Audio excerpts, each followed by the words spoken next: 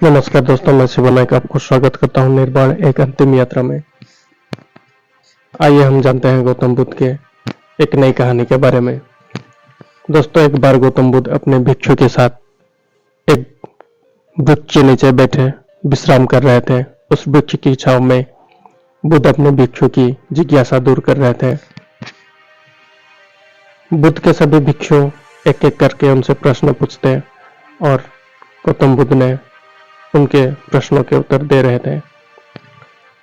बुद्ध के उन भिक्षुओं में से कुछ भिक्षु ऐसे भी थे जो कुछ समय पहले ही संघ में जुड़े हुए थे, जिसके कारण अभी उनके भीतर वो समझ पैदा नहीं हुई थी जो गौतम बुद्ध के प्रवचनों को समझ सके।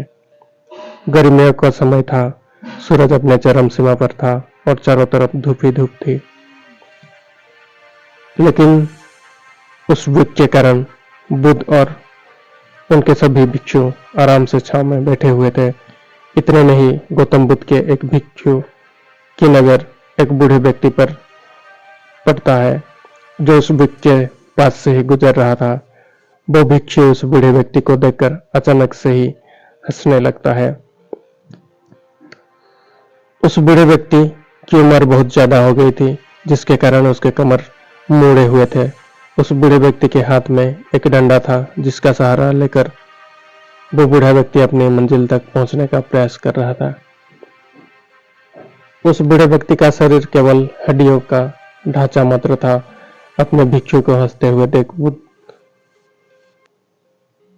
भिक्षु को कहते हैं कि मेरे प्रिय भिक्षु, आप कृपा करके मत हंसो, क्योंकि जिस व्यक्ति को देखकर तुम अभी हंस रहे हो वो कोई साधारण व्यक्ति नहीं है, बल्कि वो व्यक्ति इस क्षण तुम्हारे जीवन को रूपांतरित करने का क्षमता रखता है। जो आज तक मैं तुम्हें सिखा नहीं पाया वो ये बूढ़ा व्यक्ति तुम्हें सिखा रहा है।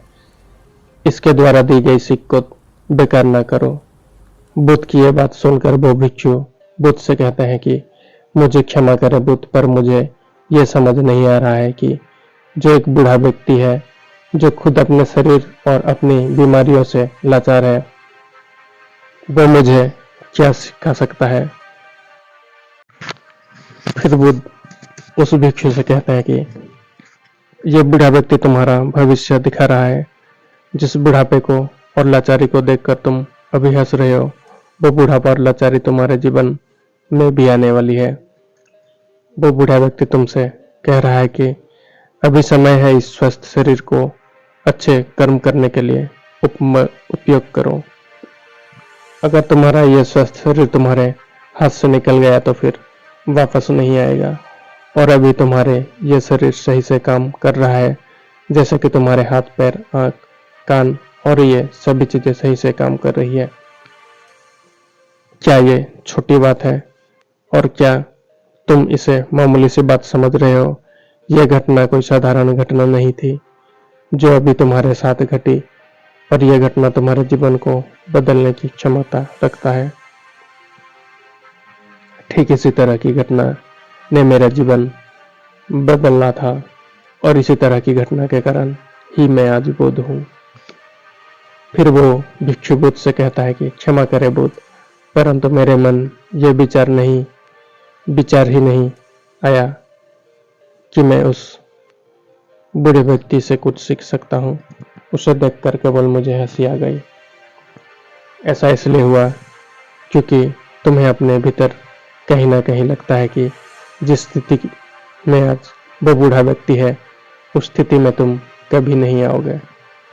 जिस बुढ़ापे का और लाचारी का सामना आज वो बूढ़ा व्यक्ति कर रहा है, तुम्हें लगता है कि उसका सामना तुम कभी नहीं करोगे, इसलिए तुम उस बूढ़े व्यक्ति को देखकर हंस पाए। तुमने सच्चाई को नजरअंदाज कर दिया। अगर तुम सच्चाई को देख लेते तो चाहकर भी अपने आंखों के आंसुओं को नहीं रोक पाते, परंतु तुमने सत्य को अनदेखा कर दिया और तुम बहुत बड़ी संभावना से चूक गए। बुद्ध की यह बात सुन वो भिक्षु बुद्ध से क्षमा मांगता है और यह निश्चय करता है कि वो अपने स्वास्थ्य का उपयोग अपने अहंकार को बढ़ाने में नहीं, बल्कि परम सत्य को पाने में करेगा। दोस्तों, आज जो लोग इस कहानी को सुन रहे हैं, हो सकता है कि आप बड़ी बड़ी समस्याओं में हो, या हो सकता है कि आप परेशानियों में घिरे हुए हो, लेकिन फिर भी एक बात को हमेशा ध्यान रखना है कि जब तक आपका स्वास्थ्य ठीक है, तब तक आप किसी भी बड़ी बड़ी समस्याओं, परेशानियों से बाहर आने का क्षमता रखते हैं। दोस्तों, इसलिए बुद्ध ने कहा है कि हमारा स्वास्थ्य हमारा सबसे बड़ा उपहार है, जो हमें इस सृष्टि से मिला हुआ है, इसलिए इसका उपयोग सही से करो। दोस्तों, आपको ये गौतम बुद्ध की शिक्षाप्रद कहानी कैसी लगी, कृपया हमें नीचे कमेंट करके जरूर बताएं। और आपको ये कहानी पसंद आई है तो कृपया वीडियो को लाइक कर दें, ताकि ये वीडियो दूसरे जन समाज तक भी पहुंचे और उनमें कुछ ज्ञान की जागरूक हो सके। और इसी तरह का हर दिन वीडियो पाने के लिए कृपया चैनल को सब्सक्राइब करना ना भूलें, ताकि आने वाले वीडियो आपको जल्द से जल्द मिल सके। धन्यवाद।